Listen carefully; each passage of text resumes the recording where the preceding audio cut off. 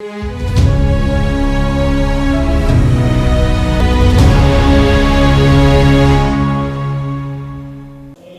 दोस्तों, राजनीति की बातों में आपका स्वागत है। मैं हूं आपका दोस्त धर्मेंद्र कंवारी। दोस्तों, हरियाणा के पहले मुख्यमंत्री पंडित भगवत दयाल शर्मा जी की कहानी को आज फिर से आगे बढ़ाएंगे और उनके जीवन के अलग अलग पहलुओं पर बात करेंगे। और आज उनके स्वाभिमान से जुड़ा हुआ एक जबरदस्त किस्सा भी मैं आपको बताऊंगा। दोस्तों, आप लास्ट तक बने रहना। और दोस्तों, पत्रकारिता के मेरे 15-16 साल के अनुभवों और राजनीति को बहुत गहराई से समझने के बाद मैं ये बात दावे के साथ कह सकता हूं कि सत्ता अपने साथ अहंकार लेकर आती है। इससे कोई विरला ही बच पाता है दोस्तों, जो सत्ता पाकर भी आम आदमी से जुड़ा रहे, जमीन की तरफ देखकर चलता हो, आम आदमी की तकलीफों को समझता हो और कुछ करने का जुनून रखता हो। दोस्तों, नेता वो होता है जो खुद आगे आकर काम करे, इसके साथ ही दूसरों से काम करवाना भी उसको और उनको साथ लेकर भी उनको चलना आना चाहिए। शायद पंडित भगवत दयाल जी में यही कमी रह गई थी कि वो सबको साथ लेकर नहीं चल पाते थे। पंडित भगवत दयाल जी को पढ़ने में और अभी तक जितना उनको पढ़ पाया, समझ पाया, तो मैं ये समझ सकता हूं कि उनको पैसे का कोई मोह नहीं था। ईमानदार आदमी थे, लेकिन जीवन में सत्ता का अहंकार और सुपीरियरिटी कॉम्प्लेक्स उनमें जरूर हुआ और इसी की वजह से ज्यादा समय तक वो राज का भोग नहीं कर पाए। अगर सबको साथ लेकर चलने का उनका स्वभाव होता और जुबान में नरमी होती तो मैं समझता हूं कि पंडित भगवत दयाल शर्मा देश के राष्ट्रपति भी बन सकते थे। खैर दोस्तों, आज हम बात करेंगे उनके कांग्रेस छोड़ने की और चौधरी बंसीलाल से उनके संघर्ष की। पंडित भगवत दयाल शर्मा जी की विचारधारा के स्तर पर अगर बात की जाए तो आजीवन कांग्रेसी थे। वे महात्मा गांधी के नेतृत्व में केवल 17-18 साल की आयु में कांग्रेस के आंदोलन से जुड़े थे। तब कांग्रेस आज की तरह राजनीतिक दल जैसी नहीं थी, अपितु देश की स्वाधीनता का एक ऐसा आंदोलन था जिसमें सारे विचारधाराओं के लोग शामिल थे।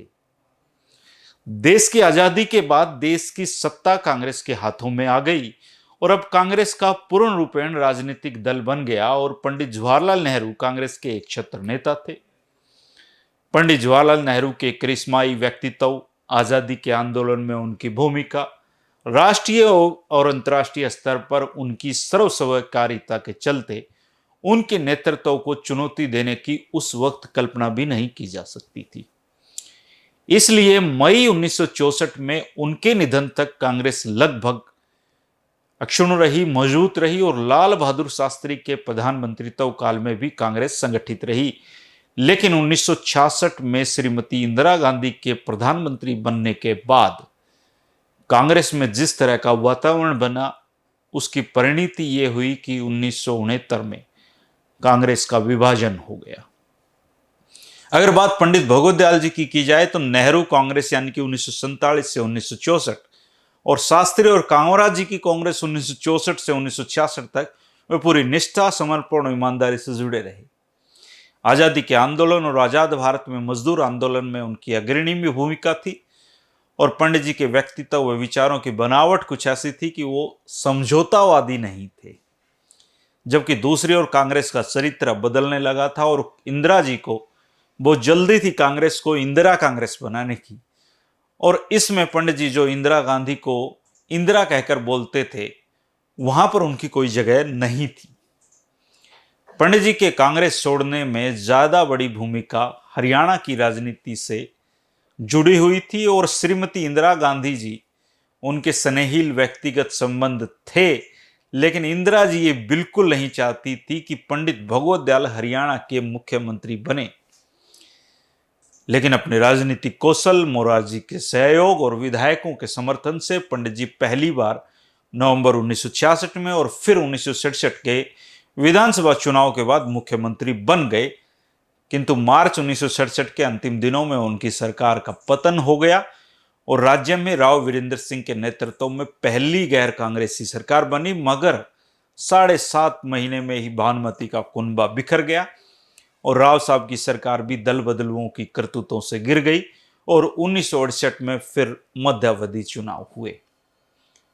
इन मध्यावधि चुनाव में पंडित भगवत दयाल जी को भी दूर रखा गया, लेकिन कांग्रेस की वैतरणी पार करने की जिम्मेदारी उनकी थी। इन चुनाव में कांग्रेस की शानदार जीत हुई और अधिकांश विधायकों की इच्छा थी कि पंडित जी मुख्यमंत्री बने, लेकिन इंदिरा जी किसी भी कीमत पर उनको मुख्यमंत्री नहीं देखना चाहती थी। ऐसी जटिल स्थिति में पंडित जी ने चौधरी बंसीलाल को मुख्यमंत्री बनाने पर सहमति दी और एक तरीके से वो किंग मेकर की भूमिका में आ गए।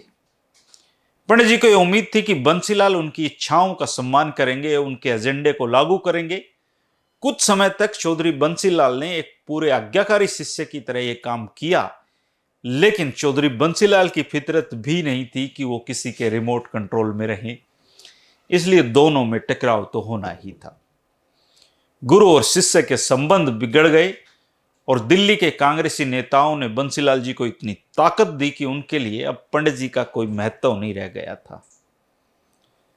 चौधरी बंसीलाल की उपेक्षा व कांग्रेस हाईकमान के रवैये से आहत पंडित जी ने बंसीलाल सरकार को गिराने के उपक्रम आरंभ कर दिए।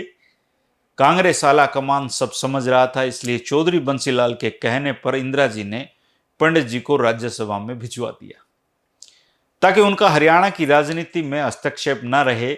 लेकिन पंडित जी, और वो कहते हैं कि राज और खाज खुद करने में मजा आता है, उनको बंसीलाल मुख्यमंत्री की कुर्सी दिखाई दे रही थी और बंसीलाल को हटाने पर वो आमदा थे, इसलिए राज्यसभा में भी चौधरी बंसीलाल की कुर्सी को हिलाने में जुटे रहे। श्रीमती गांधी ने उन्हें रूस का राजदूत बनाने का भी प्रस्ताव दिया था और इस प्रस्ताव का उद्देश्य भी यही था कि यदि पंडित जी रूस चले जाएंगे तो चौधरी बंसीलाल फिर आराम से राज कर सकेंगे, लेकिन पंडित भगवत दयाल मना कर गए तो उनको राज्यसभा में भेजा गया। सितंबर 1968 में पंडित जी ने हरियाणा प्रदेश कांग्रेस कमेटी का अध्यक्ष बनने की मुहिम तेज कर दी। इंटरेस्ट उनका हरियाणा में ही था। चौधरी बंसीलाल को लगा कि यदि पंडित जी कांग्रेस के हरियाणा में मुखिया बन गए तो उनके लिए सरकार चलाना असंभव हो जाएगा, इसलिए उन्होंने पंडित भगवत दयाल जी को कांग्रेस का प्रदेश अध्यक्ष बनाए जाने की कोशिशों पर पलीता लगाना शुरू कर दिया। पंडित जी भी आर पार की लड़ाई के मूड में आ गए और उन्होंने तय कर लिया कि अब बंसीलाल की सरकार गिराकर ही दम लूंगा। सो पंडित जी ने 8 दिसंबर 1968 को 15 विधायकों के साथ कांग्रेस छोड़ दी और संयुक्त मोर्चा में शामिल हो गए। पंडित जी के इस कदम से बंसीलाल सरकार का भविष्य अंधकार में हो गया और यह साफ हो गया कि अब प्रदेश में नई सरकार बनना निश्चित है और ऐसे में सरकारी पक्ष की तरफ से उन 15 विधायकों में फूट डालने की कोशिशें युद्ध स्तर पर शुरू की गई। ये सब पंडित जी के साथ कांग्रेस छोड़ गए थे और चौधरी बंसीलाल को अपने प्रयासों में सफलता मिली। उन्होंने 5 एमएलए को अपने पाले में कर लिया और इस कार्य में उनकी मदद चौधरी देवीलाल और प्रोफेसर शेर सिंह ने की और इन दोनों नेताओं ने ही सही मायने में चौधरी बंसीलाल की सरकार बचाई थी। और राजनीति के रंग देखिए दोस्तों, आने वाले समय में प्रोफेसर शेर सिंह और चौधरी देवीलाल दोनों को ही कांग्रेस छोड़नी पड़ी चौधरी बंसीलाल की वजह से, और चौधरी देवीलाल को तो जेल की हवा तक चौधरी बंसीलाल ने खिलाई। इस तरीके से 8 दिसंबर 1968 को पंडित जी ने कांग्रेस से अपना 3 दशक से भी ज्यादा पुराना संबंध तोड़ लिया, लेकिन कांग्रेस की विचारधारा व नीतियों से उनका जुड़ाव बना रहा। और इसी बीच पंडित जी राज्यसभा के सांसद बन चुके थे। दिल्ली में रहते हुए भी उनके दिलो दिमाग में हरियाणा पूरी तरीके से छाया रहता था। बंसीलाल की हरियाणा की राजनीति व प्रशासन पर पकड़ लगातार मजबूत होती जा रही थी। उनके सामने अब चुनौती देने वाले केवल चौधरी देवीलाल रह गए थे और हालात जिस तरह के थे उनमें चौधरी साहब के लिए भी ज्यादा दिनों तक कांग्रेस में बने रहना संभव नहीं था। और ऐसा ही हुआ। जनवरी 1971 में उन्हें भी कांग्रेस से अंतिम तौर पर अपना नाता तोड़ने पर विवश होना पड़ा। उधर राष्ट्रीय स्तर पर श्रीमती इंदिरा गांधी और सिंडिकेट के जो नेता थे 1968 में उनके मतभेद चरम सीमा पर पहुंच गए थे। दोनों गुटों में कांग्रेस संगठन पर वर्चस्व को लेकर एक जंग छिड़ गई थी। 12 नवंबर 1969 को इंदिरा गांधी जी को अनुशासनहीनता के आरोपों में पार्टी से निकाल दिया गया।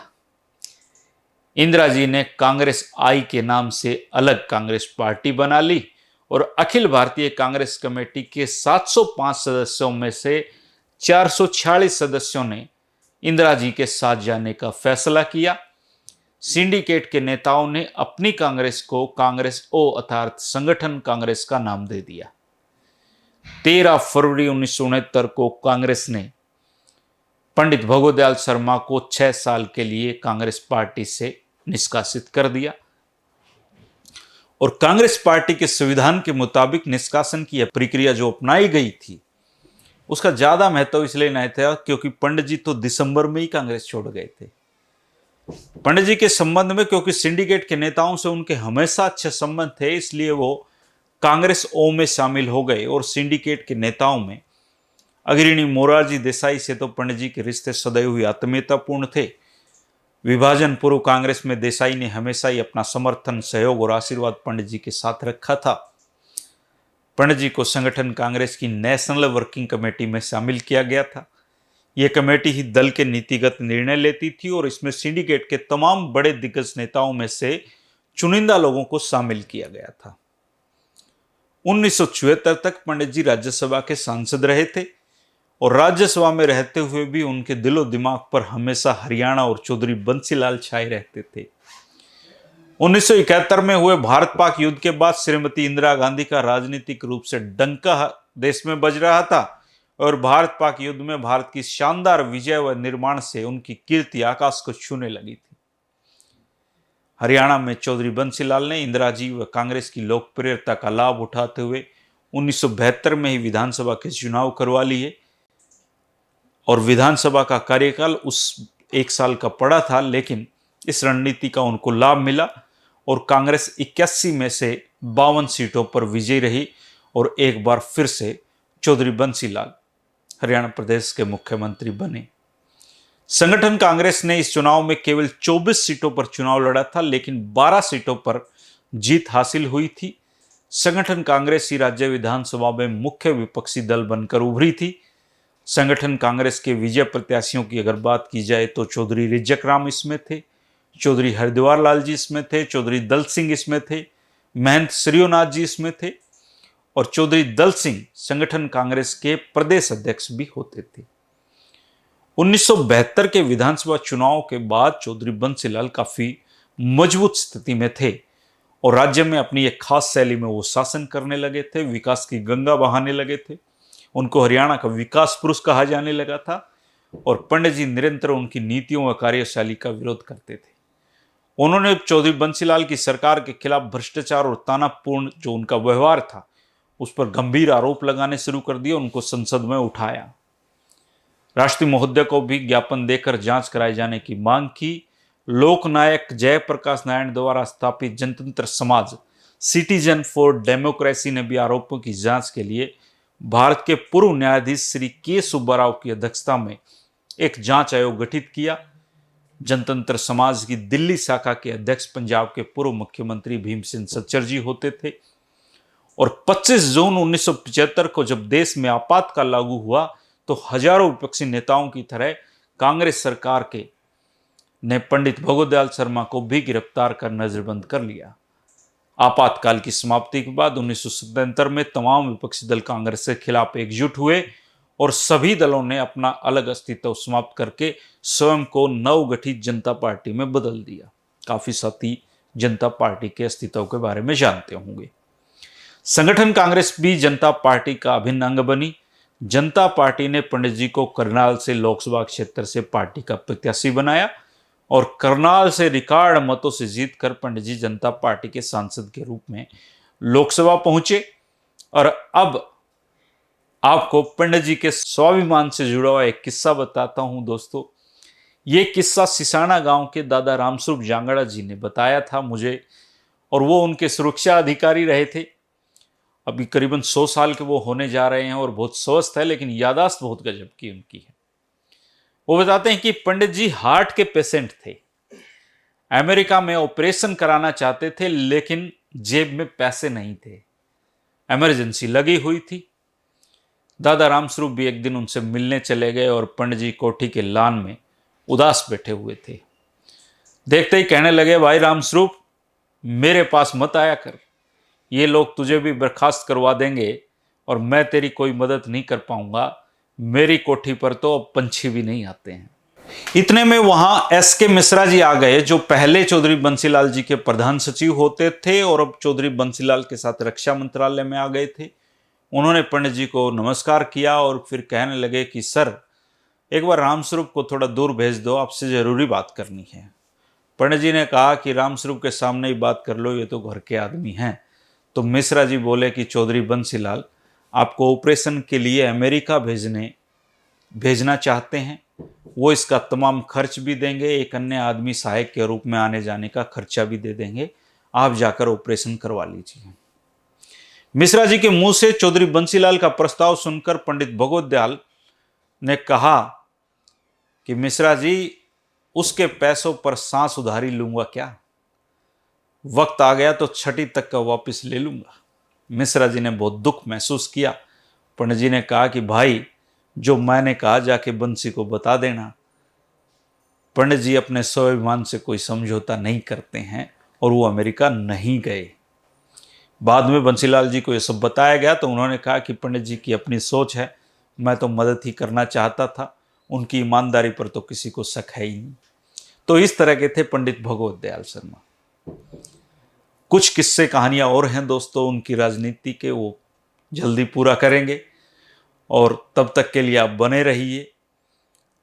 कुछ सुझाव देना हो तो ज़रूर आप कमेंट करके बताया करो दोस्तों। अगर वीडियो पसंद आता है तो आप इसको शेयर कर सकते हैं, लाइक कर सकते हैं, इससे हौसला बढ़ता है। 3 बजे हमारी राजनीति की बातों का सिलसिला और हमारी दोस्ती चलती रहेगी। शुक्रिया, नमस्कार।